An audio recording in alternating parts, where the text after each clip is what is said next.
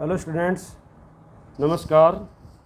मैं हूं lecturer Hari Singh sir और आपको पढ़ा रहा हूं आज nationalism in India. Nationalism in India आपको मैं पढ़ा रहा हूं अभी आज। भारत में राष्ट्रीयवाद की भावना कैसे आई, भारत में जो है राष्ट्रीयवाद की भावना कैसे आई, ये चैप्टर मैं आज आपको पढ़ा रहा हूँ। और इसको मैं पूरा डिटेल एनसीईआरटी बुक की मदद से पहले भेज चुका हूँ पूरे चैप्टर को। और अभी जो है मैं आपको एक सिंपल भाषा में इसकी समरी पढ़ा रहा हूँ। जिस बच्चे ने वो पढ़ लिया है तो इसको समरी को पढ़ लेगा 100% उसको याद हो जाएगा। और इस समरी को आप जो है अपनी नोटबुक में लिख लेना और इसको जो है याद कर लेना। बहुत सिंपल भाषा में है ये और इसमें हर एक जो टॉपिक को कवर किया गया है और इसके कारण से जो है आपका हर एक टॉपिक कवर हो जाएगा इसमें। ठीक है, तो देखो नेशनलिज्म इन इंडिया।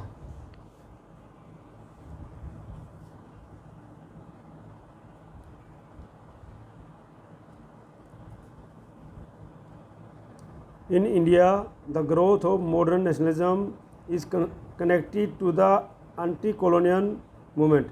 जो हमारे देश में जो ग्रोथ ऑफ मॉडर्न इंडिया का जो नेशनलिज्म की भावना आई थी वो किससे कनेक्टेड थी? एंटी कॉलोनियल मतलब जो हमारे ऊपर विदेशी शासन था उसके विरोध में, जो हमारे ऊपर जो विदेशी शासन चल रहा था उसके विरोध में ये भावना थी, एंटी कॉलोनियल भावना थी, मूवमेंट थी। People begin discovering there unity in the process of their struggle with colonialism. और लोगों ने जो इकट्ठा होना शुरू किया और उन्होंने जो है स्ट्रगल करना शुरू किया, एक प्रोसेस किया स्ट्रगल का, क्रांति का, कि भाई कॉलोनिज्म के विरुद्ध, कि हम जो है कॉलोनिज्म है जो हमारे ऊपर स्वतंत्र, हमारे ऊपर जो है अंग्रेज़ सरकार है, इसको हमने हटाना है। ठीक है नहीं, कॉलोनिज्म का मतलब है भाई दूसरे देशों से आकर के, यूरोप से आकर के हमारे ऊपर शासन कर रहे थे, खासकर अंग्रेज लोग। ठीक है ना, उससे मतलब है the Congress under the leadership of Mahatma Gandhi try to unite each class and group together within one movement. जो कांग्रेस सरकार थी महात्मा गांधी के नेतृत्व में, उसने कोशिश किया था हर एक ग्रुप को इकट्ठा करने के लिए और आंदोलन चलाने के लिए। समझ गए आप भाई? क्योंकि महात्मा गांधी का विचार था कि भाई हमारा आंदोलन तभी सक्सेस होगा जब हम सभी ग्रुप, सारे सोशल ग्रुप जो हमारे हिंदुस्तान में हैं, हिंदू, मुस्लिम, सिख, ईसाई, सबको मिलकर साथ लेकर के चलेंगे और एक आंदोलन करेंगे, तभी हमारा आंदोलन सफल होगा। अब उसमें किस किस प्रकार से स्टेट पर हुआ, क्या क्या हुआ, वो मैं आपको समझा रहा हूँ। इसमें डिटेल में मैं आपको एनसीईआरटी बुक की मदद से पढ़ा चुका हूँ और यहाँ पर जो है मैं आपको समझा रहा हूँ। और इस चैनल को आप सब्सक्राइब कर लेना, इसको जो लाइक करना, शेयर करना, सब्सक्राइब करना। इस चैनल में आपको बहुत कुछ मिलेगा। ठीक है ना, इसमें सारी क्लासेस के टॉपिक मिलेंगे, Hindi, English, political science, history, geography. ये स्कूलिंग लेवल से लेकर के 6th लेवल से लेकर के BA MA तक का मिलेगा। ठीक है, और आप इसको सब्सक्राइब कर लेना आराम से। और इसमें आपके जो स्कूल एक्टिविटी किस प्रकार से होती हैं वो बिल्कुल प्रैक्टिकल रूप से मैं डालता रहता हूँ। ठीक है, प्रेयर में किस प्रकार से होती है प्रैक्टिकल रूप से मैं डालता रहता हूँ, इसको सब्सक्राइब कर लेना आप। ठीक है, अच्छा अब ध्यान दो, अभी ये है 10th क्लास की हिस्ट्री का चैप्टर नंबर 2 है। ये 10th क्लास की हिस्ट्री का चैप्टर नंबर 2 है, नेशनलिज्म इन इंडिया। ठीक है, the first world war 1914 created a new economic and political situation world wide. जो फर्स्ट वर्ल्ड वार जो हुआ था 1940 में, इसने जो है एक नई क्रिएट कर दी थी इकोनॉमिक सिचुएशन पूरे संसार में, पॉलिटिकल सिचुएशन जो है, राजनीतिक सिचुएशन जो है पूरे संसार में नई क्रिएट कर दी थी। India faced various problem during the war period. और इंडिया, भारत ने जो है वार पीरियड के दौरान बहुत सारी समस्याओं का सामना किया था। For example defence expenditure increase.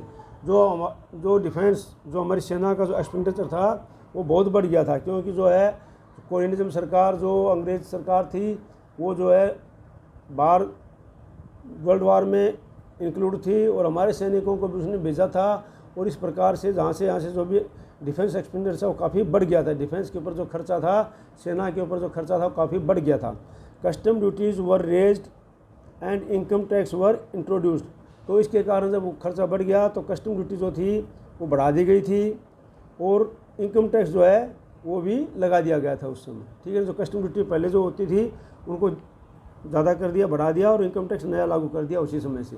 ठीक है, अब आगे आता है price of food grains were increased and doubled between 1913 and 1918।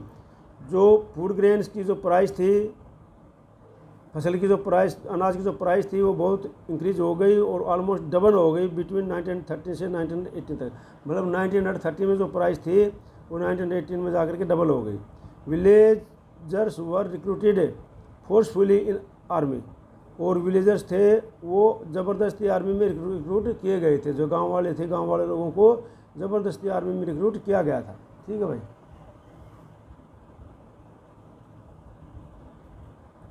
After the war in 1918 and 1920 and 21 Indian industries faced heavy losses.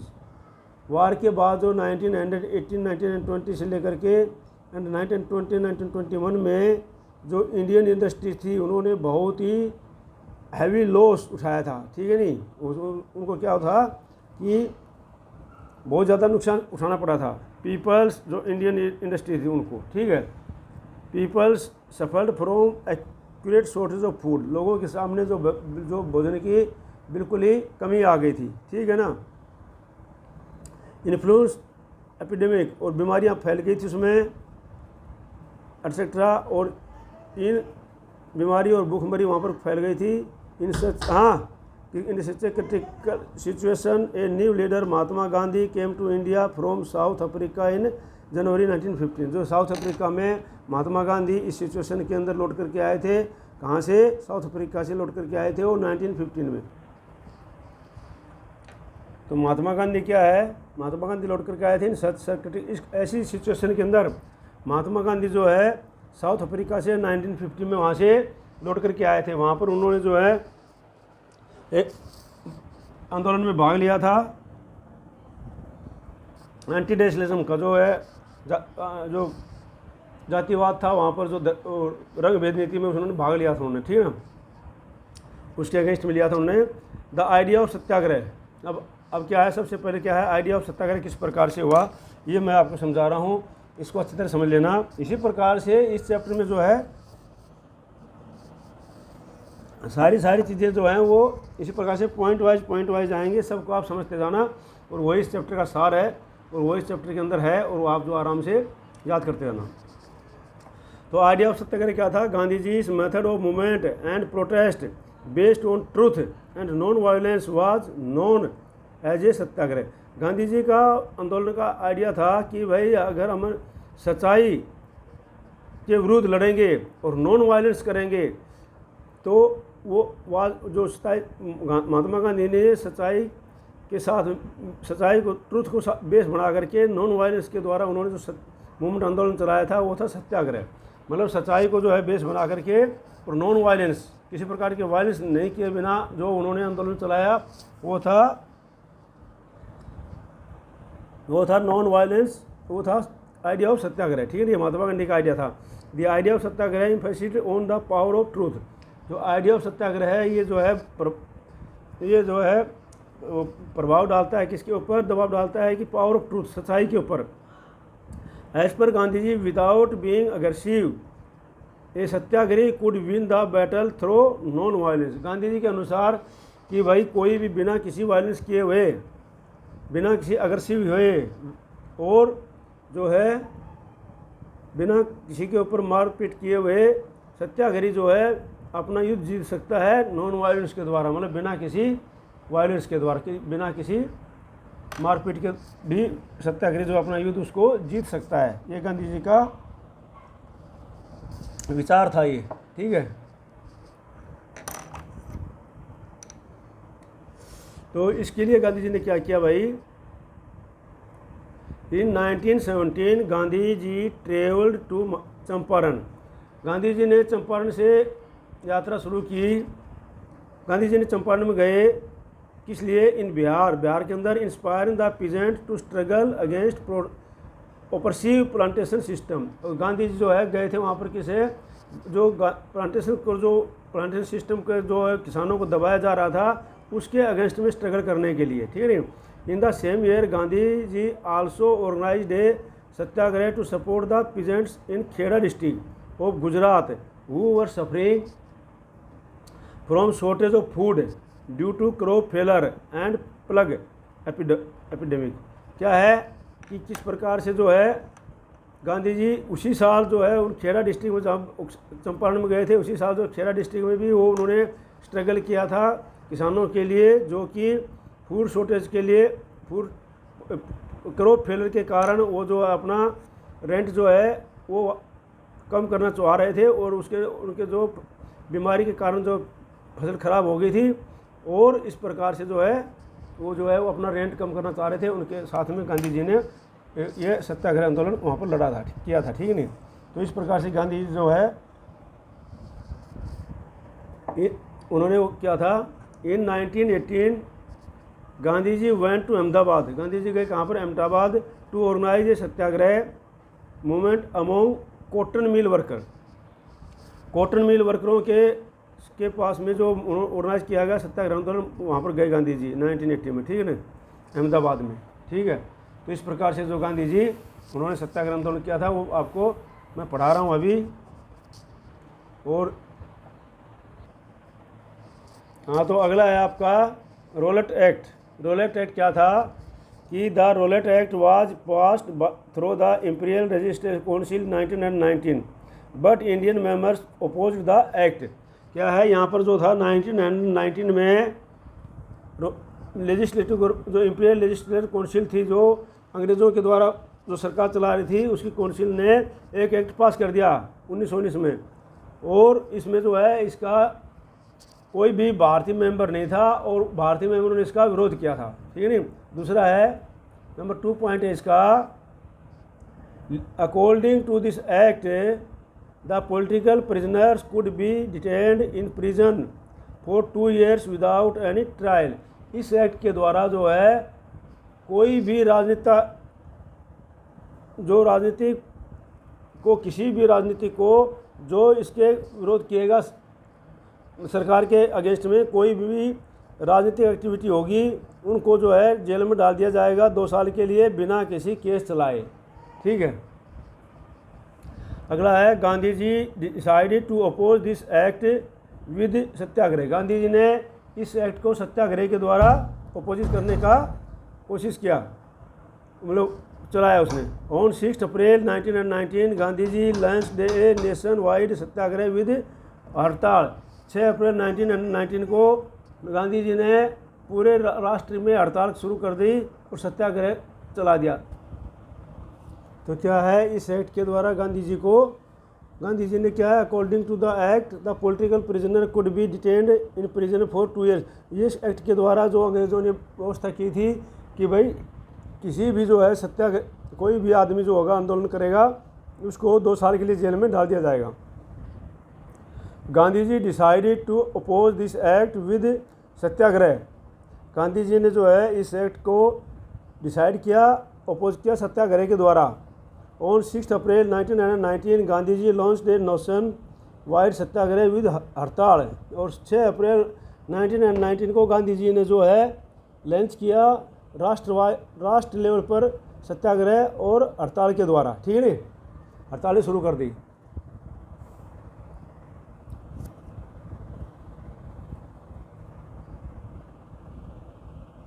Rallies were organized in various cities. Workers went on strike in railway workshop and shop were closed down. जो rallies जो है वही city के अंदर जो है रैलियाँ organise की गई। वर्कर जो थे वर्कर हड़ताल पे चले गए, रेलवे वर्कशॉप और शॉप जो बंद कर दी गई, और रेलवे वर्कर जो भी हड़ताल पर चले गए थे, ठीक है। अगला है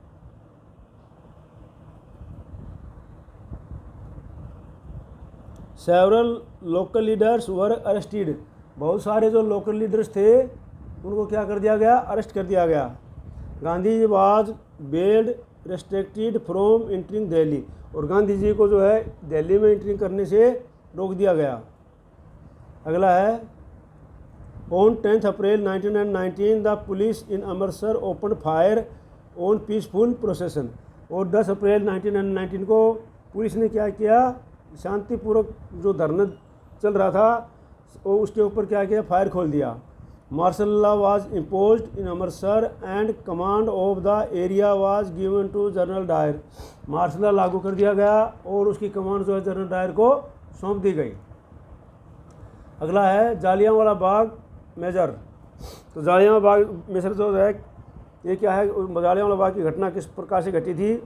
on 13 April 1919 a large crowd gathered in the enclosed ground of Jallianwala Bagh in Amritsar Punjab. क्या है, 13 अप्रैल 1919 को एक बहुत बड़ी भीड़ इकट्ठी हुई, कहाँ पर, ग्राउंड में, जालियांवाला बाग में, अमृतसर के अंदर। ठीक है, अमृतसर में भीड़ इकट्ठी हुई तो जालियांवाला बाग पंजाब में। ठीक है, some people gathered there to protest against. तो कुछ लोगों ने क्या किया उसको, कुछ लोग तो इकट्ठे हुए थे। Some people gathered there to protest against government repressive measures while some came to attend the annual Baisakhi fair. कुछ लोग तो जहाँ हैं पर वहाँ पर इकट्ठे हुए थे, किस लिए कि भाई जो है इस जो गवर्नमेंट को अगेंस्ट में जो कि उन्होंने क्या किया था, ये जालियांवाला बाग में जो है उन्होंने फायर खोला था, उसके अगेंस्ट में लोग इकट्ठे हुए थे वहाँ पर। कुछ लोग तो पुलिस ने फायर खोला था, और कुछ लोग क्या हुआ था कि उनको पता नहीं था, वो बैसाखी का मेला अटेंड करने के लिए आए थे। While some came attend to annual Baisakhi fair, जो बैसाखी का मेला लगता था वो उसको अटेंड करने के लिए आए थे कुछ लोग। Many of them unaware of the martial law, और बहुत से लोगों को तो पता ही नहीं था कि भाई मार्शल लॉ भी लागू है यहाँ पर। ठीक है नहीं, बहुत से लोगों को यही नहीं पता था कि यहाँ पर मार्शल लॉ लागू है, इसलिए वो मेला अटेंड करने के लिए आ गए थे।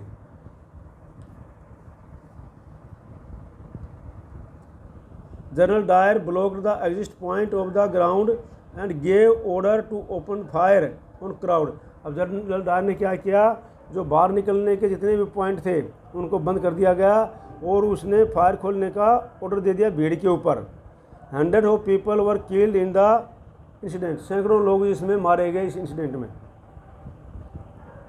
एज द न्यूज़ सेपरेट, जैसे ही ये न्यूज़ फैला सभी जगह, strikes, clashes and police and attack on government building started. तो उसी समय जैसे ये भीड़ फैला तो स्ट्राइक होना शुरू कर गई, तोड़ फोड़ शुरू हो गई, पुलिस के ऊपर अटैक करना शुरू हो गया, गवर्नमेंट बिल्डिंग को तोड़ना फोड़ना शुरू हो गया। ठीक है, अगला है the government responded with the force to end the movement by humiliating peoples. और गवर्नमेंट ने जो है रिस्पॉन्ड दिया फोर्स को, तो गवर्नमेंट किसके द्वारा, फोर्स के द्वारा, जो लोगों को दबाने के लिए।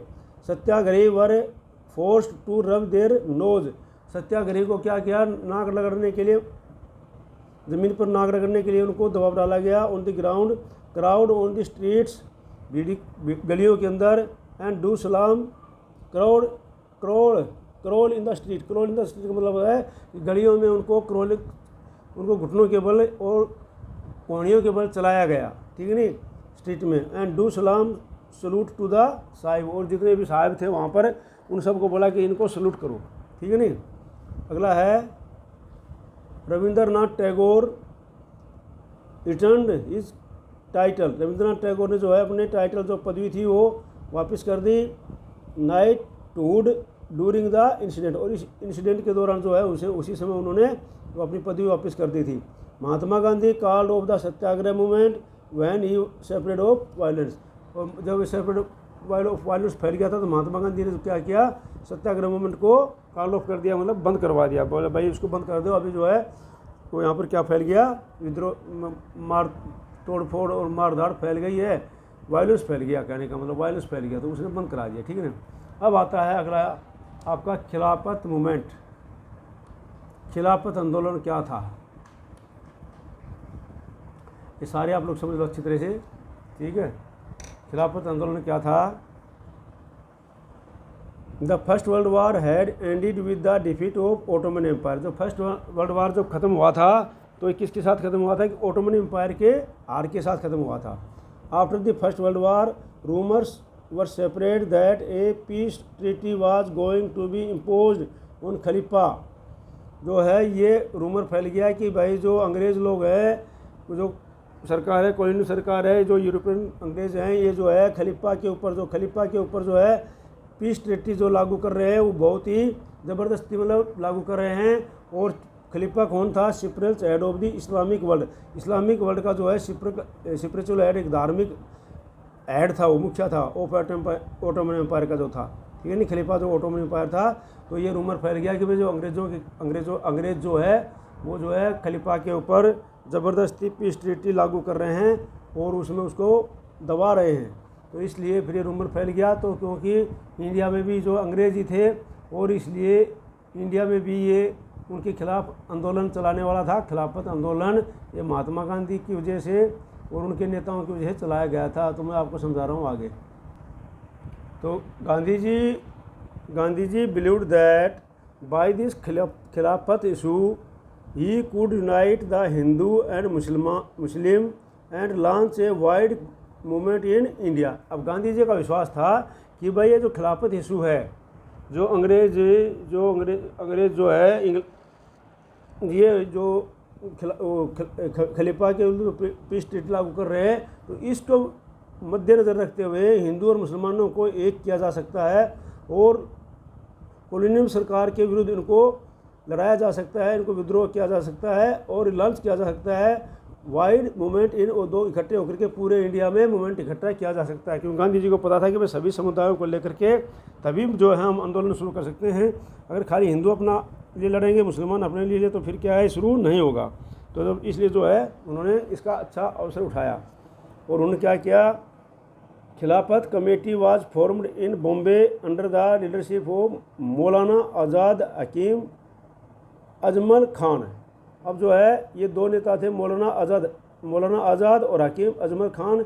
इनके नेतृत्व में एक जो है खिलाफत कमेटी गठित की गई बम्बई में। अगला क्या है कि हाँ, ये नेता थे इसमें सा हजरत मोहनी भी था। अच्छा, मुस्लिम लीडर जो है Mohammad Ali and Shaukat Ali began discussing with Gandhi ji about a united mass action on the Khilafat issue. और उन्होंने गांधी जी से ये सलाह मशवरा किया कि भाई जो हमारा खिलाफत इशू है खलीफा के विरुद्ध, तो हम क्यों ना सारे के सारे एक साथ होकर के इकट्ठे ही इस मुद्दे को उठाएं और इसके खिलाफ वो कार्रवाई करें। Gandhi ji saw this as an opportunity of uniting Hindu and Musalman. और गांधी जी ने सोचा कि अच्छा अवसर है हिंदू और मुसलमानों को एक करने का। और इस प्रकार से जो उन्होंने क्या किया, the Congress past the resolution in Calcutta session ने क्या है उसमें रिजोल्यूशन पास कर दिया कि भाई जो है इसमें क्या है कि in September 1920 to start non cooperation movement का जो प्रस्ताव था वो पास कर दिया कांग्रेस ने उसने सितंबर 1920 में कलकत्ता में, ठीक है ना, इन सपोर्ट ऑफ खिलाफत एज वेल एज स्वराज। और इसी प्रकार से खिलाफत का भी करेंगे और हम अपने स्वराज की भी मांग करेंगे।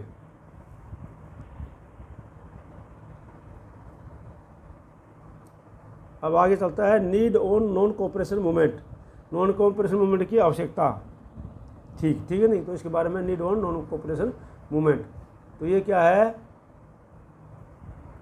Need on non cooperation movement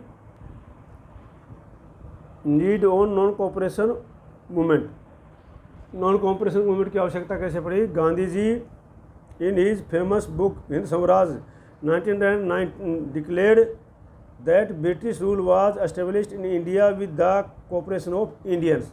अब गांधी जी ने अपनी पुस्तक हिंद स्वराज में लिखा है कि भाई जो है ये जो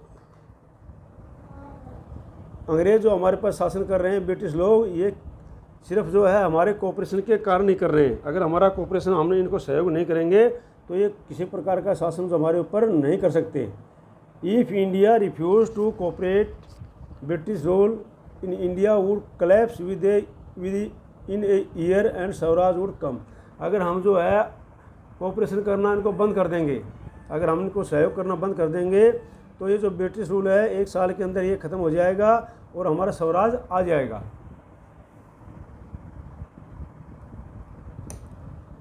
Mahatma Gandhi propose the following strategy for the independence of non cooperation as movement. तो जो है महात्मा गांधी ने निम्नलिखित जो है तरीके अपनाए, स्ट्रेटजी अपनाई, विधियां अपनाई, जो कि किस कारण से, जो कि स्वतंत्रता के लिए अपने और नॉन कोऑपरेशन मूवमेंट को अपनाने के लिए, ठीक है नहीं। ये निम्नलिखित जो है इम्प्लीमेशन किया उन्होंने, नॉन कोऑपरेशन मूवमेंट को अपनाने के लिए उन्होंने, ठीक है, इम्प्लीमेशन किया निम्नलिखित तरीके से, ठीक है, अपनाए उन्होंने। पहला था the movement would begin with a surrender of titles, honours and honorary post by people. सबसे पहले तो उन्होंने बोला कि भाई जो जिनको भी ये टाइटल मिले हुए हैं, पद मिले हुए हैं, ऑनरी पोस्ट मिली हुई है, जो भी मिला सम्मान मिला हुआ है, ऑनर्स मिला हुआ है, और ये जो सम्मान मिला है इनको वापस लौटा दो अंग्रेज़ों को, ठीक है नहीं। दूसरा क्या था, the movement would boycott civil service, और सिविल सर्विस का जो है बायकॉट करो हैं, और आर्मी पुलिस का आर्मी में मत जाओ, आर्मी का बायकॉट करो, पुलिस में मत जाओ, पुलिस की नौकरी का बायकॉट करो, ब्रिटिश कोर्ट में का बायकॉट करो, वहाँ वकील मत जाओ, एंड लेजिस्लेटिव असेंबली में भी मत जाओ, स्कूल एंड कॉलेज में सब जगह ब्रिटिश जो सामान है उसका भी बायकॉट कर दो, उनको भी मत अडॉप्ट करो ब्रिटिश गुड्स को, और कॉलेज और स्कूलों में छोड़ दो, जो ब्रिटिश के जो गवर्नमेंट के ब्रिटिश गवर्नमेंट स्कूल कॉलेज है उनमें मत जाओ, ठीक है। इस प्रकार से महात्मा गांधी ने इसको द्वारा किया। The British goods would be replaced by the domestic goods और swadeshi to promote the native cottage industry. अब क्या है, ब्रिटिश जो गुड्स थे, वस्तु थे, वो रिप्लेस किए जाएंगे किसके द्वारा, डोमेस्टिक गुड्स के लिए, तो हमारे जो घरेलू वस्तुएं हैं, घरेलू सामान जो पैदावार है उसके द्वारा, और swadeshi to promote the native cottage, और नेटिव जो हमारा कॉटेज इंडस्ट्री है, उद्योग है हमारा, वस्त्र उद्योग है, वो उसको प्रमोट किया गया कि उसको ज़्यादा से ज़्यादा बढ़ावा मिलेगा इसको, ठीक है नहीं। In case of government suppression civil disobedience movement would be launched. अगर गवर्नमेंट इस पर हमारे ऊपर दबाती है तो हम जो पूरा का पूरा सिविल डिसोबियंस मूवमेंट को लॉन्च करेंगे, उसको चलाएंगे। महात्मा गांधी का ये विचार था, ठीक है ना। अब अगला है,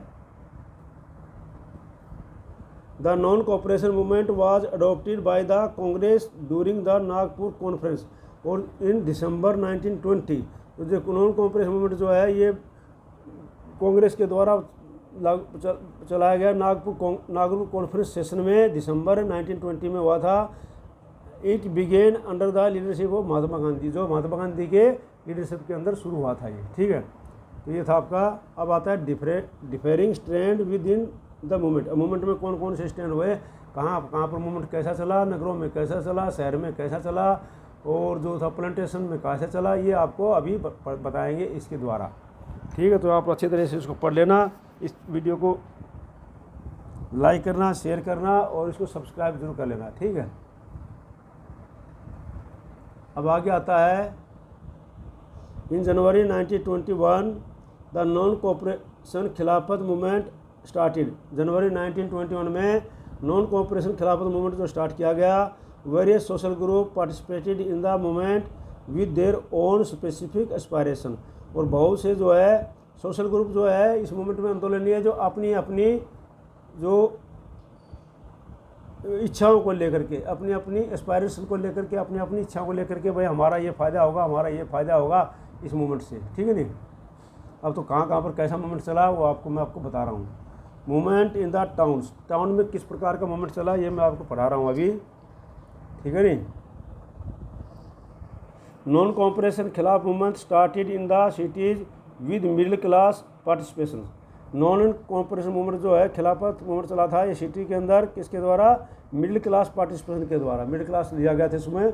उसके बाद students and teachers left government controlled school and lawyers left courts. जो स्टूडेंट्स थे, टीचर्स थे, उन्होंने जो है गवर्नमेंट के नियंत्रित जो स्कूल थे उनको छोड़ दिया गया, और लॉयर और वकीलों ने अपनी वकालत करनी छोड़ दी, ठीक है ना। इस प्रकार से ये आंदोलन चल। Foreign goods were boycott, foreign goods का बायकॉट किया गया। The merchants and the traders refuse to trade in foreign goods और फाइनेंस फॉरेन ट्रेड। मर्चेंट्स व्यापारियों ने, इन्होंने फॉरेन गुड्स का व्यापार करने से बंद कर दिया गया, और जो फॉरेन व्यापार में पैसा लगाना उन्होंने बंद कर दिया।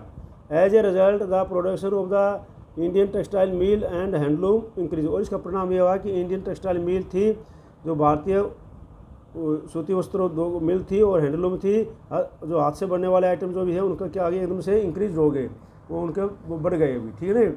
लिक्वर स्टॉप वर पिकेटेड, लिक्वर शॉप्स को पिकेटेड किया गया। पिकेटेड का मतलब ये है कि भाई जो डेमोन्स्ट्रेटर थे उनको क्या करते थे, protested by the people block the entry gate. अब क्या है, ये एंट्री गेट को जो है रोक देते थे, वहाँ पर जो है दुकानों के सामने जो एंट्री गेट थे वहाँ पर लोग खड़े हो जाते थे प्रोटेस्ट करने के लिए, और उनको दुकानों के पास नहीं जाने देते थे, इसको बोलते हैं पिकेटेड, ठीक है नहीं।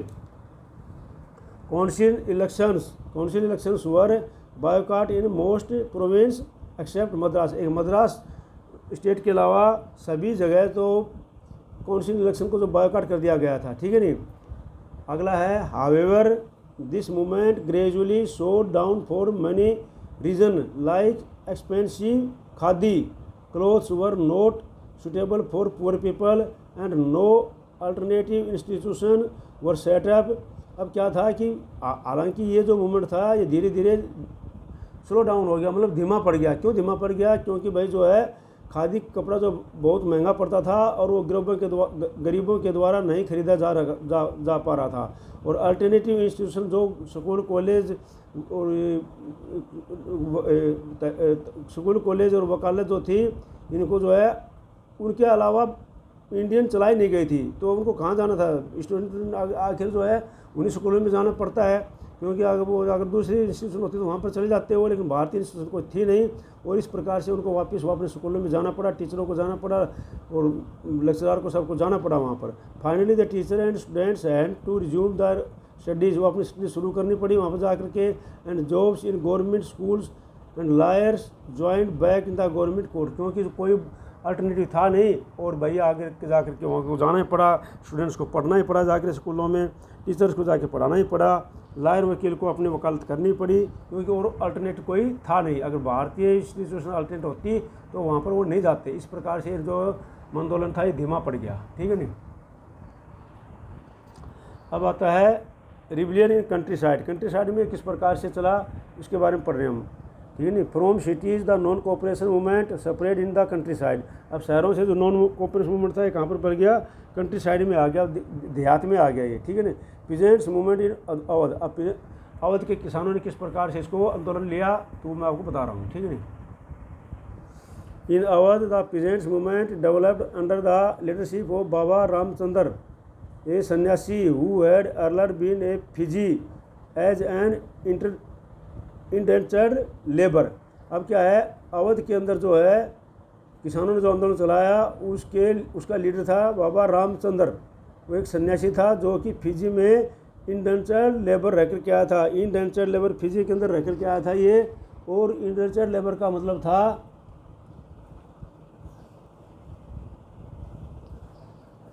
इंडेंचर्ड लेबर ये होता है कि भाई bonded labour where the people agree to work to pay for डेब्ट। क्या है, बॉन्डेड लेबर होता है ये बंधुआ मजदूर होते हैं, इंडेंचर्ड लेबर होते हैं बंधुआ मजदूर, जो कि उनको बांध दिया जाता है कि भाई इतने साल के लिए तुम आपने काम करना ही पड़ेगा, आपका उनके ऊपर कर्जा होता है और वो बांध दिया जाता है, ठीक है ना। तो इस प्रकार से ये इंडेंचर्ड लेबर होते हैं, ठीक है।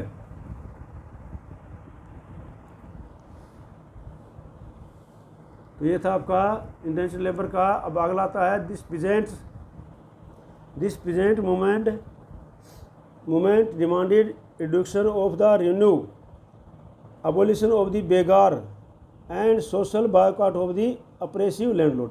ये जो किसानों का आंदोलन था ये किसके अगेंस्ट में था भैया, जो उनको बोला कि रिडक्शन ऑफ द रेवेन्यू, ये जो रेवेन्यू है ये कम करो, क्योंकि वहाँ पर फसल खत्म हो गई थी। रेवेन्यू कम करने के लिए अबोलिशन ऑफ बेगार, जो बेगार है उसको ख़त्म करने के लिए। बेगार क्या था, begar labour that villagers were force to contribute without any payment. Begar labour वो थी जो कि भाई किसानों को ज़बरदस्ती बिना किसी काम पैसे दिए हुए काम करना पड़ता था। तो बोलता है कि अबोलिशन ऑफ बेगार को, जो बेगार लेबर है इसको ख़त्म करो, and social boycott of oppressive landlords, और जो ऑपरेसिव लैंडलॉर्ड थे उनका भी उन्होंने बायकॉट किया था कि ये जो लैंडलॉर्ड सिस्टम इसको ख़त्म करो, ठीक है ना।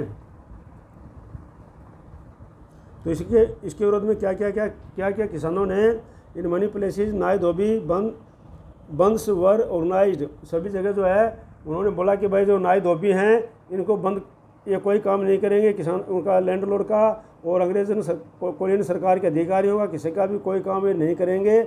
बाय द पंचायत मना कर दिया गया उनको, deny service to the all landlords, सभी लैंडलॉर्ड्स को इसकी सर्विस के लिए मना कर दिया गया। इन अक्टूबर 1920 द औध किसान सभा was setup, it was headed by the Jawaharlal Nehru. तो वहाँ पर जो जवाहरलाल नेहरू, बाबा रामचंद्र एंड फ्यू अदर्स, ये इसको जो औध किसान सभा को जो है वो सेटअप किया गया था, उसमें जवाहरलाल नेहरू, बाबा रामचंद्र और दूसरे नेताओं ने वहाँ पर भाग लिया था। वो उनके नेतृत्व में किया गया था, ठीक है नहीं। Within a month over 300 branches of this सभा had been set up in the village around the region. और उस क्षेत्र के अंदर 300 सभाएँ जो है इसमें स्थापित कर दी गई थी एक साल के अंदर। As the peasants movement separate the houses of talukdar, Indian landlord, talukdar कौन होते हैं? इंडियन लैंडलॉर्ड होते हैं। एंड मर्चेंट्स वर अटैक्ड, और क्या है इंडियन लैंडलॉर्ड और मर्चेंट्स के ऊपर अटैक किया गया। बाजार वर लूटेड, बाज़ारों को लूट लिया गया। And grain hoards were taken over, और जो ग्रेन होर्ड्स थे मतलब जो फसल के जो भंडार थे उनको, गोदाम थे, उनको अपने कब्जे में ले लिया गया, ठीक है ना, किसानों के द्वारा। अब अगला है आपका tribal movement in Andhra Pradesh. Andhra Pradesh के अंदर जो ट्राइबल मूवमेंट था, जो आदिवासी मूवमेंट, वो क्या किस प्रकार से चला, ठीक। Tribal movement in Andhra Pradesh, Andhra Pradesh के अंदर ट्राइबल मूवमेंट किस प्रकार से चला वो था, ठीक है ना। Tribal peasants interpreted the message of Mahatma Gandhi and the idea of Swaraj. तो ट्राइबल जो पीजेंट्स थे, आदिवासी पीजेंट्स थे, interpreted the message of Mahatma Gandhi. तो उन्होंने क्या है, महात्मा गांधी का जो मैसेज था उनको इंटरप्रेट किया गया उनको, और Gandhi and the idea of swaraj, और आइडिया ऑफ स्वराज को इंटरप्रेट किया गया। In the Gudem hills of Andhra Pradesh a militant guerrilla movement separate in the early 1920। जो था गुडेन हिल्स, जो आंध्र प्रदेश के अंदर जो है वहाँ पर पहाड़ी इलाका है, वहाँ पर जो है मिलिटेंट गुरेला मूवमेंट चल गया। वहाँ पर जो है गुरेला मूवमेंट सेपरेट हो गया। गुरेला मूवमेंट क्या होता है कि भाई उसमें ये जो विद्रोह टाइप होते हैं वो जो है अपना किसी को मार के, किसी को गोली चला करके, और वो अपना छिप जाते हैं जंगलों में। तो इस प्रकार से 1920 under the leadership of Alluri Sitaram Raju, Alluri Sitaram के राजू के लीडरशिप के अंदर ये मिलिटेंट गुरिल्ला मूवमेंट चालू किया गया, ठीक है नहीं। Raju convinced people to wear khadi, Raju जो है लोगों को खादी पहनने के लिए करते थे, कन्विंस करते थे, लोगों को बनाते थे। And give up drinking according to Gandhi and idea, और गांधी विचार के अनुसार जो है शराब छोड़ने के लिए वो लोगों को मनाते थे, ठीक है। तो इस प्रकार से जो मूवमेंट चलाया गया। अगला है हमारा, अगला पॉइंट है भाई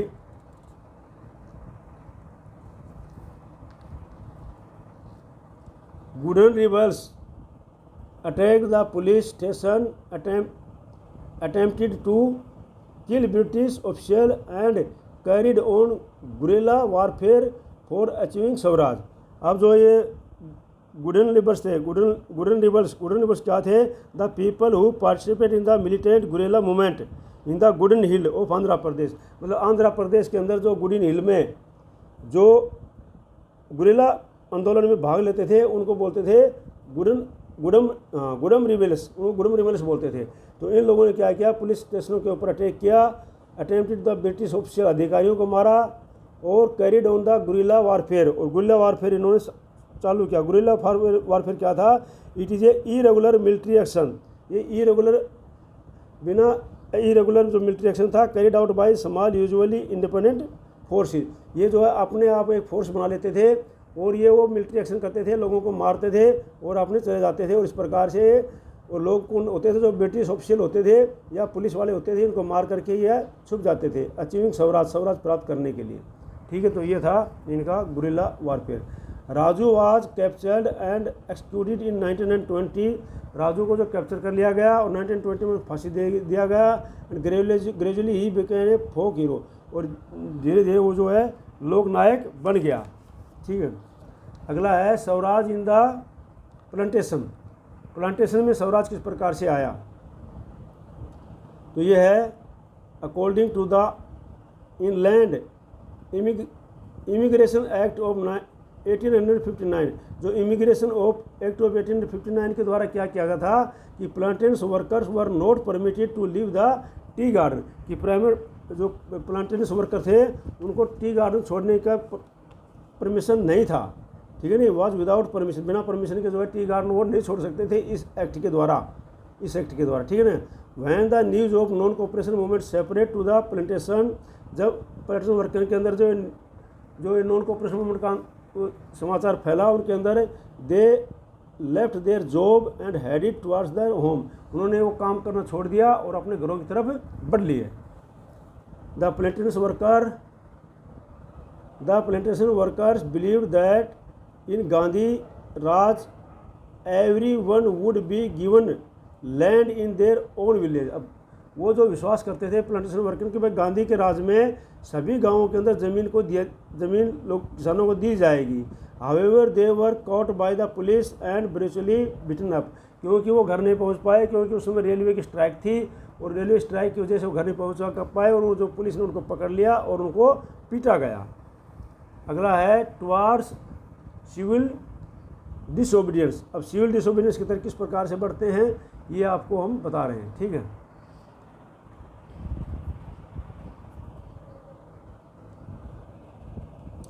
In February 1922, Mahatma Gandhi decided to withdraw the non-cooperation movement as he felt their movement was turning violent in many places and satyagraha needed to be properly trained before they would be ready for mass struggle। अब महात्मा गांधी ने सोचा कि भाई ये जो हमारा movement है, आंदोलन है, ये क्या हर जगह जो है वायलेंस फैल जाती है, ठीक है नहीं, वायलेंस मतलब मार धाड़ फैल जाती है और इसलिए हम इसको वापस ले लेते हैं और लोगों को इसके पहले क्या है, लोगों को ट्रेन करने की ज़रूरत है कि भाई आप लोग जो है किसी को मारो मत, सिर्फ नॉन वायलेंस सत्याग्रह चलाओ। अब क्या है, चोरी चोरा की घटना है, तो ये घटना क्या हुई थी, चोरी चोरा incident was the main reason behind withdrawing the non cooperation movement.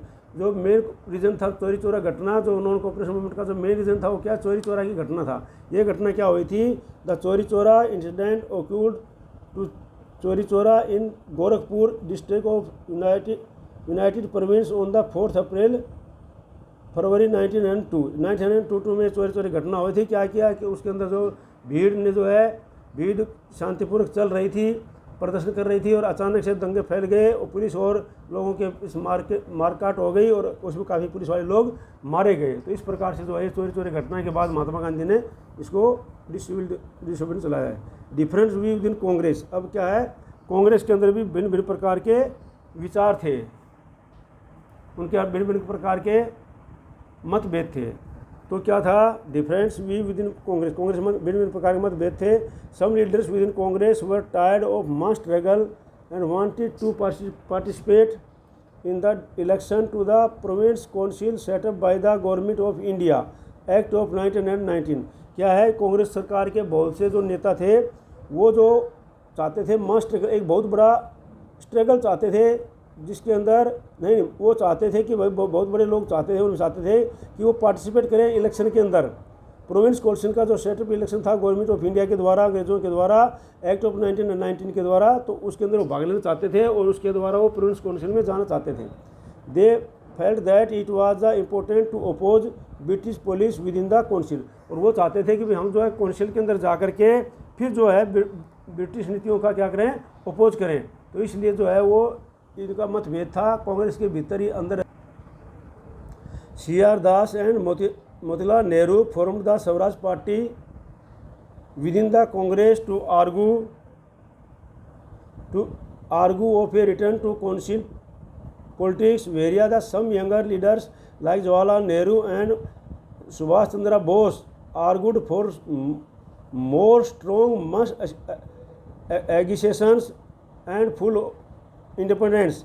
अब क्या है, जो पुराने नेता थे CR दास एंड मोतीलाल नेहरू, उन्होंने क्या किया, एक स्वराज पार्टी को बनाया, कांग्रेस को argue for return to council parties, whereas council party के अंदर जाने के लिए वेरियाजी सम जो यंग लीडर थे जैसे लाइक जवाहरलाल नेहरू एंड सुभाष चंद्र बोस, ये इनकी आर्गूमेंट थी कि भाई हम स्ट्रॉन्ग होकर के, मजबूत होकर के एगिटेशन चलाएं और फुल इंडिपेंडेंस सब पूरी स्वतंत्रता के लिए मांग करें हम, ठीक है नहीं।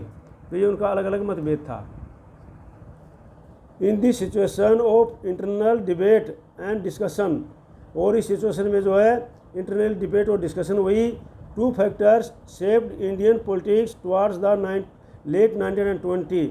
लेट 1920 में दो फैक्टर अपनाए गए इंडियन पॉलिटिक्स के द्वारा। दीज वर, वो था, the first was the effect of the world wide economic depression, और इसका पहला प्रभाव था कि वर्ल्ड वाइड इकोनॉमिक डिप्रेशन हो गई थी, मतलब जो वर्ल्ड वाइड जो है इकोनॉमिक जो है मंदी हो गई थी, आर्थिक मंदी आ गई थी।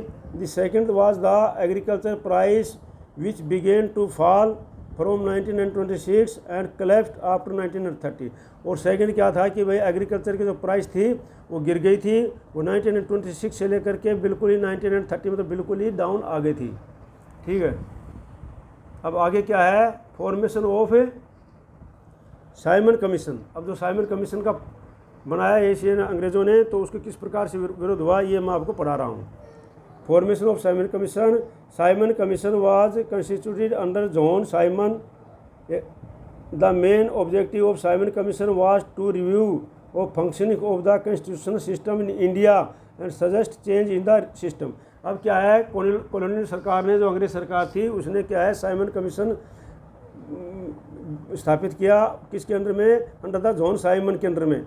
और इसका मेन ऑब्जेक्टिव क्या था, मेन उद्देश्य क्या था कि Simon commission was to review, उसको रिव्यू करना था, उसको मतलब रिव्यू का मतलब उसके जांच पड़ताल पुनर्जांच करनी थी, क्या फंक्शन ऑफ द भारत के संविधान के अंदर किस प्रकार का फंक्शन है और किस प्रकार के चेंजेस करने की आवश्यकता है।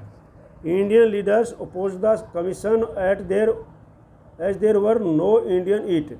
तो इंडियन लीडर इस कमीशन में कोई नहीं था, भारत का नेता इसमें कोई भी नहीं था, इसलिए लोगों ने इसका विरोध किया। When the Simon commission arrived in India 1928, जब 1928 में साइमन कमीशन भारत में पहुंचा, it was greeted with the slogan Simon go back. तो इसमें नारों से उसका विरोध किया गया कि भाई जो इसको नारों से स्वागत किया गया कि भाई जो है Simon commission go back, Simon commission जो है वापस भारत से वापस जाओ। All parties including the Congress and Muslim league participate the demonstration, और इस डेमोस्ट्रेशन में मुस्लिम लीग और कांग्रेस पार्टी सभी ने क्या है भाग लिया था। अब आता है डिमांड ऑफ पूर्ण स्वराज। अब क्या है, वहाँ पर आई थी पूर्ण स्वराज की डिमांड, मांग, पूर्ण स्वराज की मांग किस प्रकार से आई, ठीक है नहीं। इन अक्टूबर 1929 the viceroy Irwin announced N uncertain offer of dominant status. क्या है, 1929 में जो वाइस लॉर्ड इरविन था, उसने घोषणा कर दी uncertain offer of dominant state का उसने ऑफर कर दिया for India and round table conference to discuss future constitution. और उसमें ये कहा गया कि भाई एक राउंड टेबल कॉन्फ्रेंस होगी जिसके अंदर इंडिया का फ्यूचर कॉन्स्टिट्यूशन के बारे में डिस्कशन होगा कि भारत का फ्यूचर कॉन्स्टिट्यूशन क्या होगा, ठीक है ना। डोमिनेंट स्टेटस की पदवी उनको देने के लिए डोमिनेंट स्टेटस ये था कि भाई जो है आपका संविधान होगा, आपकी सरकार होगी, लेकिन शासन चलेगा अंग्रेज़ों के नाम पर, इसको बोलते हैं डोमिनेंट स्टेटस। तो इसलिए उन्होंने इसका प्रस्ताव रखा था। किसने रखा था, ये प्रस्ताव रखा था वाइसराय लॉर्ड इरविन ने। उसने घोषणा की थी कि हम जो है एक अनसर्टेन उन्होंने ऑफर दिया था कि भाई हम जो है इस प्रकार ऐसे कर सकते हैं कि आप लोग अपनी सरकार बनाओ और एक फ्यूचर कॉन्स्टिट्यूशन बनाओ, इसके ऊपर राउंड टेबल कॉन्फ्रेंस हो जाएगी, उसमें भारत का संविधान के बारे में डिस्कशन होगा और आप चलाओ, लेकिन स्टेटस कहाँ रहेगा, चलेगा किसके नाम पर, अंग्रेज़ों के नाम पर। ये हमारी जो महारानी हैं या उनका महाराजा जो भी उसमें उनकी महारानी होती थी कि वो यहाँ की हेड रहेगी, बाकी सरकार आपकी होगी। In December 1929 under the presidency of Jawaharlal Nehru the Lahore Congress formulated the demand of Purna Swaraj full independence of India. तो लाहौर कॉन्फ्रेंस के अंदर जो दिसंबर 1920 में ली गई थी, उसके वो जवाहरलाल नेहरू के अंडर में थी और वहाँ पर मांग की थी कि भाई हम जो है हमें डोमिनेंट स्टेटस नहीं चाहिए, हमारे को तो पूर्ण स्वराज चाहिए, पूरा का पूरा जो है हमारे को स्वराज चाहिए, हमारे को अपना देश चाहिए, इंडिपेंडेंस ऑफ इंडिया, भारत एक स्वतंत्र देश होना चाहिए, हम किसी की डोमिनेंस के अंदर नहीं रहेंगे। It was declared that 26 January 1930 would be celebrated at the independence day. और ये घोषणा कर दी कि 26 जनवरी 1930 को एक स्वतंत्रता दिवस मनाया जाएगा। ठीक है, अब आगे बात क्या आता है, the salt march and the civil disobedience movement. Salt march और सविनय अवज्ञा आंदोलन क्या था वो। ठीक है, अब आता है कि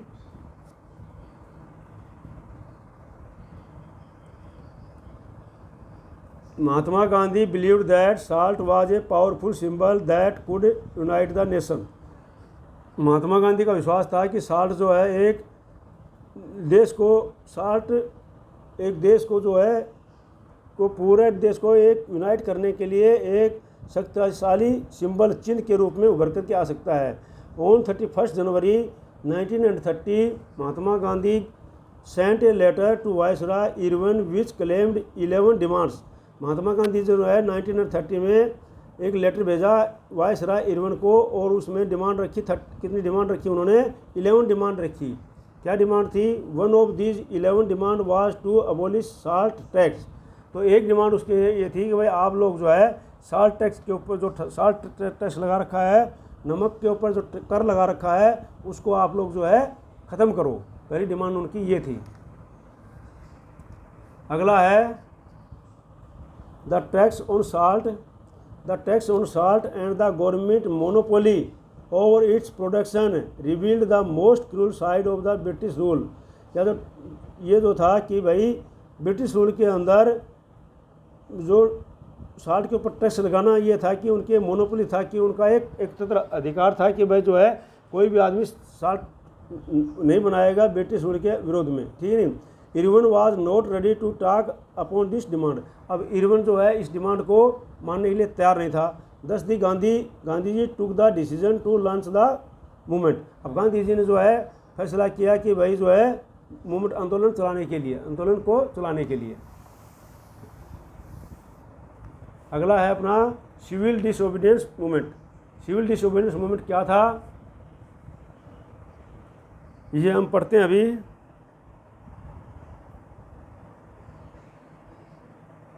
civil disobedience movement as a result along with 78 followers Gandhi ji started salt march from Sabarmati Ashram on 20th March 1930 for Dandi the coastal town of Gujarat. अब गांधी जी ने क्या किया, अपने साथ में 78 फॉलोअर्स अनुयायी लिए उसके साथ में, और उन्होंने दांडी मार्च यात्रा कर दी। उन्होंने साबरमती आश्रम से लेकर के 12 मार्च 1930 को कहाँ के लिए, दांडी के लिए। दांडी कहाँ पर है, कोस्टल टाउन ऑफ गुजरात में जो समुद्र तटीय वो है।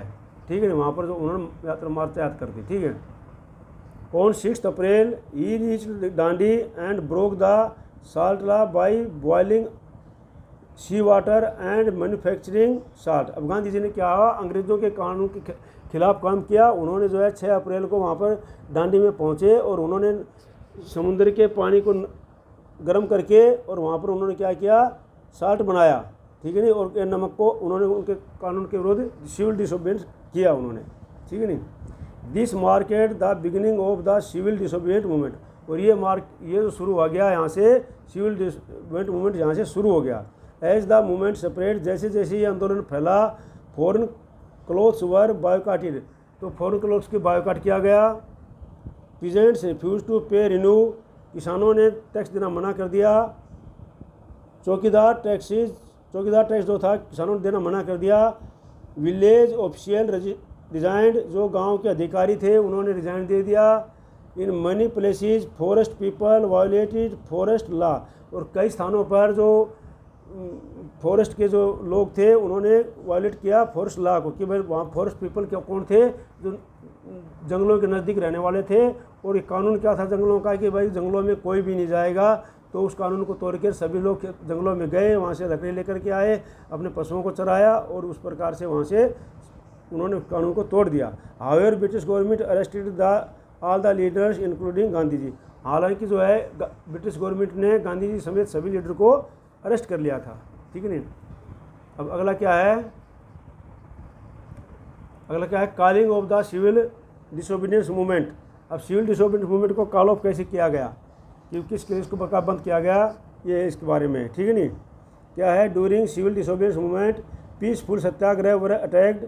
Peaceful satyagraha satyagrahis were attacked, womens and childrens were beaten and about 1 lakh people were arrested. अब क्या हुआ कि सरकार ने इसकी दमन की नीति अपनाई, शांतिपूर्वक सत्याग्रह कर रहे थे, उनके ऊपर अटैक किया गया, वुमेन और बच्चों को पीटा गया, मारा गया और 1 लाख लोगों को अरेस्ट कर लिया गया। When Abdul Ghaffar Khan was arrested in April 1930, जब अप्रैल 1930 को अब्दुल गफ्फर खान जो अरेस्ट कर लिया गया, several violent incidents took place in Peshawar, तो पेशावर में बहुत जगह आंदोलन फैल गया। In this situation Mahatma Gandhi call off the movement and signed pact with Lord Irwin on 5 March 1931, this was called Gandhi Irwin pact. और उसके बाद क्या है, ये जो सत्याग्रह फैल गया तो महात्मा गांधी ने इसको कॉल ऑफ कर दिया, मतलब बंद करवा लिया कि भाई इसको बंद कर दो। और उन्होंने लॉर्ड इरविन के साथ में समझौता कर दिया, एक पैक्ट पे साइन किया समझौते पर। वो समझौता क्या था, 5 मार्च 1931 को था और दिस वाज कॉल्ड, उस समय तो क्या कहा गया, गांधी इरविन पैक्ट कहा गया, गांधी इरविन समझौता कहा गया, ठीक है नहीं।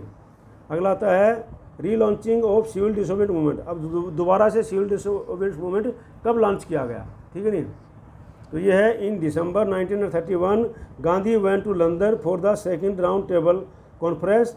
गांधी जो है दिसंबर 31 में सेकंड राउंड टेबल कॉन्फ्रेंस में हिस्सा लेने गए थे, बट रिटर्न डिसअपॉइंटमेंट, लेकिन वहाँ पर से जो है निराश होकर के लौटे, क्योंकि वहाँ पर उसकी बात नहीं मानी गई। As the British government refuse to release the prisoners, क्योंकि ब्रिटिश गवर्नमेंट ने जो है जो कैदी थे उनको छोड़ने से मना कर दिया था, इसलिए उनकी बातें नहीं मानी गई थी, इसलिए वो निराश होकर लौटे। When Gandhi came back in India, जब गांधी वापस आए, he found that Congress had been declared illegal and Abdul Ghaffar Khan and Jawaharlal Nehru were imprisoned. अब क्या है, वो जब वापस आए तो उनको पता लगा कि भाई जो कांग्रेस जो है, हमारी जो कांग्रेस पार्टी है, इसको इलीगल घोषित कर दिया गया है और अब्दुल गफ्फर और जवाहरलाल नेहरू को अरेस्ट कर लिया गया है। As a result Mahatma Gandhi relaunch the civil disobedience movement, और इसके परिणाम से महात्मा गांधी ने क्या कर दिया, सिविल डिसोबीडिएंस मूवमेंट दोबारा चला दिया। The movement was continued for a year, 1 साल चला, and lost east movement and a force that gained by movement by the year 1934 में इसको दबा दिया गया, ठीक है नहीं, और इसका दबने से क्या हुआ, ये दोबारा उसको ख़त्म कर दिया गया, ठीक है नहीं। Meaning of Swaraj was different for different social group.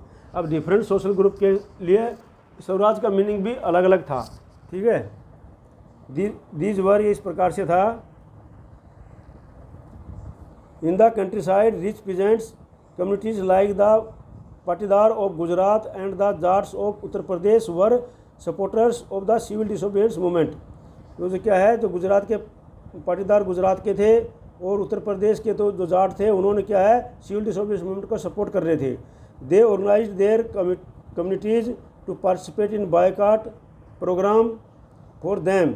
वो क्या है, उन्होंने अपनी अपनी कमेटी ऑर्गेनाइज की और उस प्रोग्राम को बायकॉट किया। For them the fight for Swaraj was a struggle against the high events. और इस प्रकार से स्वराज के लिए जो लड़ाई थी वो बहुत ही हाई लेवल पर पहुंच गई, ठीक है।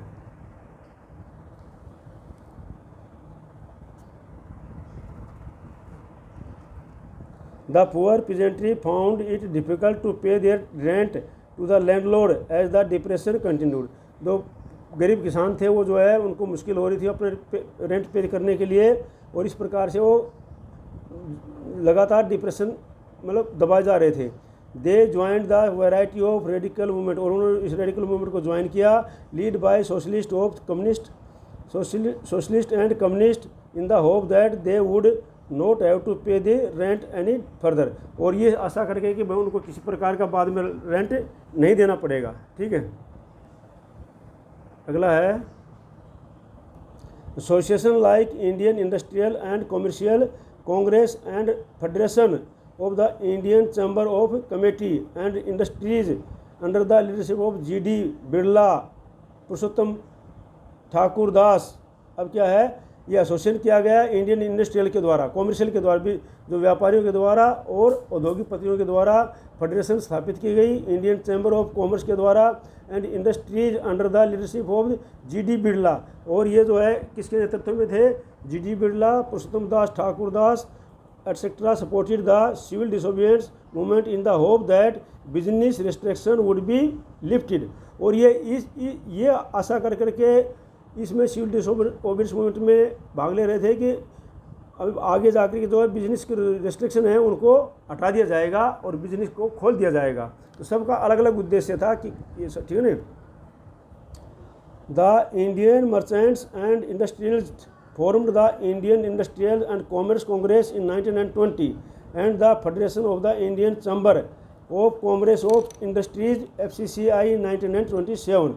तो इंडियन मर्चेंट्स थे, इंडस्ट्रियलिस्ट थे, उन्होंने क्या किया, एक कॉमर्स कांग्रेस का स्थापना की उन्होंने 1920 में and federation of the Indian chamber की स्थापना की उन्होंने कॉमर्स इंडस्ट्रीज FCCI 1927 में। अगला है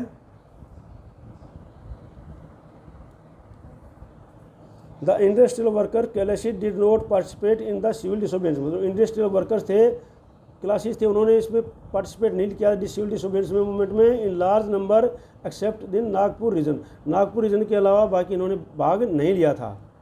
अगला है an important feature of this movement was the large scale participant of movement. और इसका जो मेन फीचर था वो क्या था, ह्यूमन ने जो है, औरतों ने जो है बहुत बढ़ चढ़ करके इसमें भाग लिया था। In urban area women's came from the high cast families. Urban area में जो वुमेन थी वो हाई कास्ट फैमिली से आई हुई थी। In rural area women came from rich peasants house hold. और वुमेन रूरल एरिया में जो वुमेन थी वो गरीब किसानों से, धनी किसानों से थी।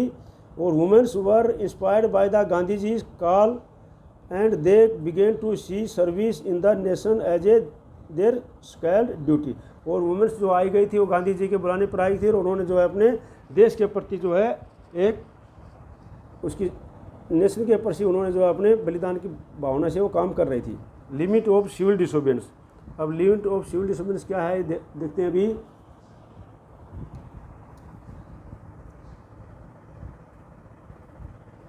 लिमिट ऑफ सिविल डिसोबीडियंस है दलित्स और untouchable and Muslim did not actively participate in the movement. इसके अंदर जो है दलित थे, अनटचेबल थे, मुस्लिम थे, इन्होंने इसमें भाग नहीं लिया, इसलिए कारण इसको थोड़ी कम पड़ गई। और क्या था इसमें, for long time the Congress had ignored the Dalits because of the fear of Sanatanis the conservatives high caste Hindus. काफ़ी समय तक जो कांग्रेस ने दलितों को फेवर नहीं किया था, इग्नोर करती रही थी, उनको अनदेखा करती रही थी, क्योंकि वो डर रहे थे कि अगर हम दलितों को फेवर करेंगे तो हो सकता है सनातीज हैं और कंजर्वेटिव हैं और हाई कास्ट हिंदू हैं वो हमारा साथ छोड़ दें। इस कारण से उन्होंने दलितों का काफ़ी समय तक वो नहीं किया था, इसलिए उन्होंने भाग नहीं लिया इसमें। गांधी जी कॉल्ड दलित हरिजन। गांधी जी ने दलितों को हरिजन कहा।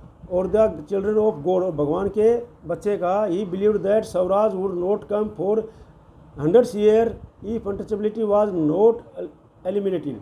और गांधी जी ने बोला कि भाई स्वराज जब तक 100 साल तक नहीं आ सकता जब तक कि जो ये छुआछूत खत्म नहीं हो जाती। ये ऑर्गेनाइज सत्याग्रह फॉर देम, उन्होंने उनके लिए सत्याग्रह ऑर्गेनाइज किया to secure their entry into temples and access to public wells tanks road and school. अब उन्होंने गांधी जी ने इनके लिए जो सत्याग्रह लागू किया और उन्होंने कहा कि भाई ये इनको जो है दलितों को जो है एंट्री मंदिर के अंदर एंट्री होने दो, इनको पब्लिक स्थानों पर एंट्री होने दो और इनको रोड और स्कूलों पर एंट्री होने दो।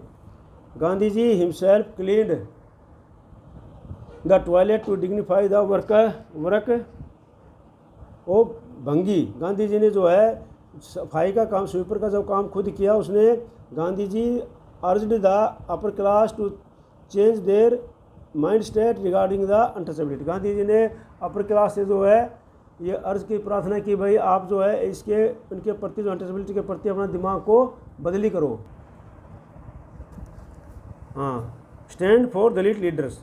दलित leaders wanted to different political situation to the problem of the community. Doctor B.R. Ambedkar demand reserved seats in the education institute and the separate electorate that would choose Dalit members for the legislative council। Doctor B.R. Ambedkar ने मांग की थी कि भाई जो दलितों के लिए अलग से जो है रिजर्व सीट होनी चाहिए, अलग इलेक्टोरल रोल होनी चाहिए और इनके लिए दलित मेंबर लेजिस्लेटिव काउंसिल होनी चाहिए। Ambedkar Ambedkar organise the Dalit into the depressed class association in 1930। Ambedkar ने जो है एक दलित डिप्रेस्ड क्लास एसोसिएशन जो ऑर्गेनाइज की थी 1930 में। His view differed with Mahatma Gandhi at the second round table conference as doctor Ambedkar demand separate electoral for Dalit. उसके विचार जो महात्मा गांधी से अलग थे कि जैसे कि सेकेंड राउंड टेबल पे कॉन्फ्रेंस में उन्होंने जो है डिमांड ये रखी थी। When the British government admitted Ambedkar's demand, Gandhi strongly opposed it and began a fast unto death। और जब जो है ब्रिटिश सरकार ने इस डिमांड मान ली तो गांधी जी ने जो है इसका अपोज किया और उन्होंने मरने दम तक के फास्ट रख दिया। Gandhi ji believed that separate electorate for Dalit would slow down the process of their integration into the main society. और क्या है, उन्होंने उनका विचार था, गांधी जी का था कि जो ये दलितों की अलग मांग है सेपरेट इलेक्टोरेट की, ये जो है हमारी इंटीग्रेशन सोसाइटी को एक करने में बहुत बड़ा स्लो डाउन होगा, मतलब ये इस प्रक्रिया बहुत धीमी हो जाएगी। ठीक है, आगे है Ambedkar ultimately accepted Gandhi ji position and as a result Pune pact of September 1920 was signed. तो गांधी जी अम्बेडकर अल्टीमेटली जो है गांधी जी की पोजीशन को एक्सेप्ट कर लिया अम्बेडकर जी ने, और as a result Pune pact के सितंबर 1920 के दौरान वाज साइंड, उन्होंने साइन कर दिया। This pact gave the depression classes reserve seat in province and central legislative. और इसके द्वारा जो स्टेट के अंदर और सेंट्रल लेजिस्लेटिव में जो है रिजर्व सीट दी जाएगी। But the voting was to be done by the general electorate. लेकिन वोटिंग जो की जाएगी उसमें सभी के द्वारा की जाएगी। Hindu Muslim clash. अब हिंदू मुस्लिम क्लैश किस प्रकार से हुआ ये ध्यान दें अभी। तो देखो, some of the Muslim political organise in India rarely participated in civil disobedience movement. कुछ एक मूवमेंट जो को छोड़ करके मुस्लिम जो ऑर्गेनाइजेशन ऑफ इंडिया में उन्होंने भाग नहीं लिया था, ऑर्गेनाइज कम किया था, ठीक है नहीं। After the decline of the non cooperation and Khalifa movement a large section of the Muslim felt separated from the Congress. अब क्या है, बहुत मुस्लिमों ने क्या है बोला कि भाई हम जो है कांग्रेस से सेपरेट होंगे, अलग होंगे, मतलब ठीक है ना। From the mid 1920 the Congress came to the more associated with the openly Hindu religious nationalist group like Hindu Mahasabha. तो क्या है 1920 के अंदर जो कांग्रेस एक हो गई हिंदू नेशनल ग्रुप हो गई, जैसे हिंदू महासभा की तरह। As a result Hindu Muslim communal clashes and revolts occurred in very state. और इस प्रकार से हिंदू मुस्लिम के जो आपस में दंगे काफ़ी जगह भड़क गए। 1930 sir Mohammad Iqbal the president of the Muslim League demanded the importance of separate electorate of Muslim. और उन्होंने डिमांड कर दी कि भाई मुसलमानों के लिए सेपरेट इलेक्टोरेट होना चाहिए। He thought that it would safeguard for their minority political interest. उन्होंने सोचा कि ये जो है उनके लिए माइनॉरिटी पॉलिटिकल इंटरेस्ट होगा, माइनॉरिटी के लिए राजनीतिक फ़ायदा होगा इससे। He justified the Muslim demand for that is the creation of Muslim India within the India. तो इसलिए उन्होंने मुस्लिम के डिमांड रख दिया कि इंडिया के अंदर ही वो करना है, ठीक है। Difference between Hindu Mahasabha and Muslim league. अब हिंदू महासभा और मुस्लिम लीग में क्या क्या अंतर था।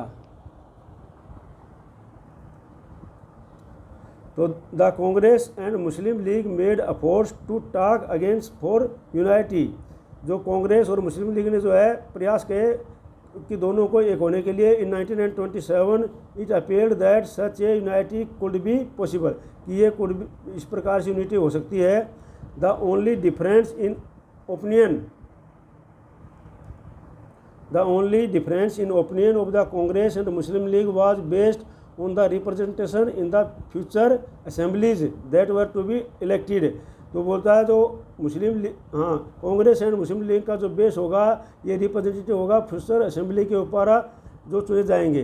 The leaders of Muslim League Mohammad Ali Jinnah wanted reserve seat for Muslim in central assembly. वो जो सेंट्रल असेंबली में जो जिन्ना थे उनका मुस्लिम लीग का लीडर वो सेपरेट सीट चाहता था, ठीक है।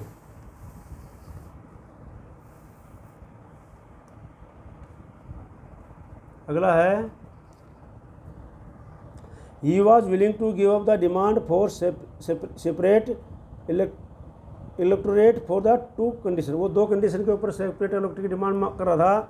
मुस्लिम were assured reserve seat in the central assembly, मुस्लिमों के लिए सेंट्रल असेंबली में रिजर्व सीट होनी चाहिए। और क्या होना चाहिए, representation would be proportion to the population in Muslim dominated province, Bengal and Punjab के अंदर जो है पॉपुलेशन जहाँ पर है वहाँ पर रिप्रेजेंटेशन मुसलमानों का होना चाहिए। In 1928 at the all parties conference mister Jayakar of the Hindu Mahasabha strongly oppose the demand of Jinnah, अब इस पार्टी में जिन्ना की जो मजबूती से डिमांड का अपोज किया उन्होंने। Many Muslim leaders and intellectual बुद्धिजीवियों का fear that the culture and identity of the minorities could be submerged under the domination of Hindu majority, अब उनको डर था बहुत से नेताओं को और मुस्लिम लीडरों को और उनके बुद्धिजीवियों की भाई के जो आने वाले समय में जो है हिंदू जो ये मुस्लिम माइनॉरिटी है, ये हिंदू जो इनके ऊपर हिंदू जो मेजोरिटी है उनका डोमिनेशन हो जाएगा, मतलब उनका प्रभुत्व आ जाएगा अगर हम इस प्रकार की मांग नहीं रखेंगे तो। The sense of the collective belonging, अब सेंस ऑफ कलेक्टिव बिलोंगिंग का क्या था इसमें, तो ये ध्यान दो अभी, nationalist movement separate when people belonging to different regions and communities began to develop a sense of collective belongings. अब क्या है, नेशनलिस्ट मूवमेंट जो चले थे जगह जगह पर और डिफरेंट और कम्युनिटी समुदायों के इन्होंने शुरू किया कि डेवलप करने के लिए बस सब सेंस ऑफ कलेक्टिव बिलोंगिंग, बस सभी की जो है एक साथ मिला करके साथ चलने का। It developed through the experience of united struggle, और ये होना चाहिए एक साथ जो यूनाइटेड स्ट्रगल के साथ में, संघर्ष के साथ में। It developed through history, fiction, folklore, songs, popular prints and symbols, ये किसके द्वारा आया, हिस्ट्री के द्वारा, इतिहास के द्वारा, फिक्शन के द्वारा, फोकलोर जो लोक साहित्य लोकगीत हैं उनके द्वारा, सॉन्ग्स के द्वारा, पॉपुलर प्रिंट्स के द्वारा एंड सिम्बल्स के द्वारा। All played a part in the making of nationalism, और इन्होंने बहुत अच्छा नेशनलिज्म की भावना के लिए इसमें निभाया। It was seen in India during its freedom movement in following ways, और ये फ्रीडम मूवमेंट इस प्रकार से चला था। The identity of the nation is most often symbolised in figure और इमेज, जो आइडेंटिटी ऑफ नेशन की होगी ये मोस्ट जो फिगराइज होगी, जो आइडेंटिटी ऑफ नेशन होगा ये फिगर इमेज होगा, एक फिगर होगा इमेज की, जैसे हमारी भारत माता है। The image of Bharat Mata was first created by Bankim Chandra Chattopadhyay in 1870, जो भारत माता का जो फर्स्ट जो है ये अपनाया गया था बंकिम चंद्रा चट्टोपाध्याय के द्वारा 1870 के अंदर। वह ही रोट वंदे मातरम, जो उन्होंने वंदे मातरम लिखा था फॉर आवर मदरलैंड, हमारे मदर के लिए। Later this song was included in the novel Anandnath and widely sang by the freedom fighters, ये जो आनंदनाथ के द्वारा गाया गया, फ्रीडम फाइटर्स के द्वारा इसको गाया गया। The image of Bharat Mata was first painted by Abanindranath Tagore, Abanindranath Tagore के द्वारा ये जो पेंटिंग, जो भारत माता की फर्स्ट पेंटिंग की गई थी, ये याद कर लेना सब आप लोग, इंपॉर्टेंट चीज़ें, ठीक है नी। Indian folk songs and folk tales song by bard wandering poets played an important role for making the idea of nationalism, तो आइडिया ऑफ नेशनलिज्म के लिए जो इंडियन फोक सॉन्ग थे, लोकगीत थे, लोक कहानियाँ थी, इन्होंने बहुत अच्छा ये रोल निभाया था। In Bengal Rabindranath Tagore and the Madras Natesa Sastri collected massive collected of folk tales and song which led the movement for folk revivals, तो इन्होंने जो है बहुत अच्छा निभाया था। During the swadeshi movement, swadeshi movement के दौरान क्या हुआ था, tricolour red green and yellow, tricolour flag था, red green yellow flag was designed in Bengal, Bengal में डिज़ाइन किया गया इसको। It had 8 lotus represented 8 provinces and A crescent moon representing Hindu and Muslim, ये जो है इसके अंदर 8 लोटस थे जो कमल के का था उसमें कली, जिसमें 8 प्रोविंसेस स्टेटों को दिखाया गया था, और इसमें मून को दिखाया गया था, जो हिंदू मुस्लिम के एकता को दिखाया गया था इसमें, ठीक है। अब अगला है,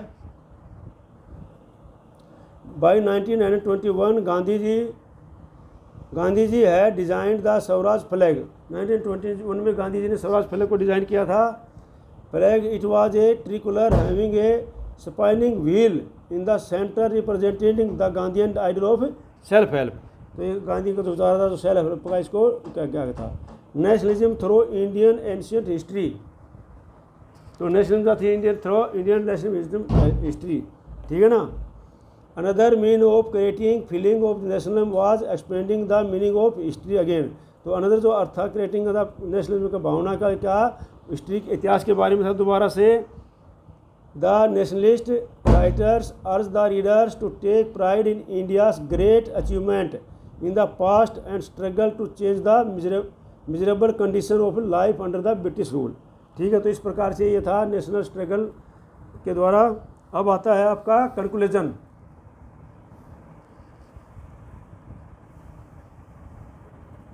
ये है आपका कंक्लूजन। तो यहाँ पर हम इसको कंक्लूजन कर देते हैं। A growing anger against the colonial government brought together various group and classes of the Indian into common struggle for freedom in the first half of the 20th century। First half of the 20th century में जो है सभी को एक जो anger था, गुस्सा था सबके अंदर, लोगों के अंदर, सभी ग्रुप में, वो कॉलोनियल गवर्नमेंट के अगेंस्ट में लड़ना का था। और however different expectation of diverse group pose A contest threat of unity. हालांकि सभी लोगों की अलग अलग भावनाएं थी, अलग अलग इच्छाएं थी। The Congress under the leadership of Mahatma Gandhi try to channel people suffering into organised and united movement for independence. और महात्मा गांधी के अंदर में कांग्रेस ने जो है सबको इकट्ठा करने के लिए सोचा और ऑर्गेनाइज किया इंडिपेंडेंस आंदोलन को। तो इस प्रकार से ये जो है यहाँ पर ये पूरा हो गया है। आप लोग जो है को पूरा अच्छी तरह से एनसीईआरटी की लाइन बाय लाइन भी मैं भेज चुका हूँ और ये बहुत बड़ी समरी है, सिंपल भाषा में भेज चुका हूँ। इसको अच्छी तरह से याद कर लेना। चैनल को सब्सक्राइब करना, शेयर करना, लाइक करना, सब्सक्राइब जरूर करना इस चैनल को। सारा टॉपिक इसके अंदर Hindi, English, history, political science, geography और ऑल क्लासेज के 6 क्लास से लेकर BA तक सारे में डालूंगा, इसलिए इनको अवश्य सब्सक्राइब कर लेना, आपको आगे तक काम आएगा। जय हिंद, जय भारत।